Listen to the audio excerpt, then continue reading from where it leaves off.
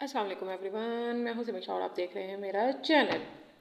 MPhil criminology and criminal justice करने के बाद अब मैं यूनिवर्सिटी ऑफ लाहौर में एज ए लेक्चरर काम कर रही हूं। यहां पर BS criminology and criminal justice के एडमिशन्स ओपन हैं।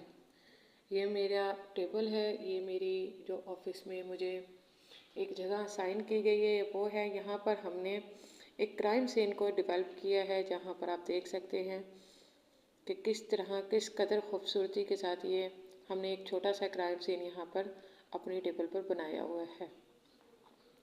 एक छोटा सा व्यू है और ये मैं हूँ यूनिवर्सिटी ऑफ लाहौर की वेबसाइट पर, मिस साइमा नूर। अल्हम्दुलिल्लाह अल्हम्दुलिल्लाह और अल्हम्दुलिल्लाह। अल्लाह पाक का लाख लाख शुक्र है। जिस कदर शुक्र किया जाए उसका कम है, लेकिन मैं आप लोगों को इनवाइट करूँगी यहाँ पर। Thank you so much. अल्लाह हाफिज़।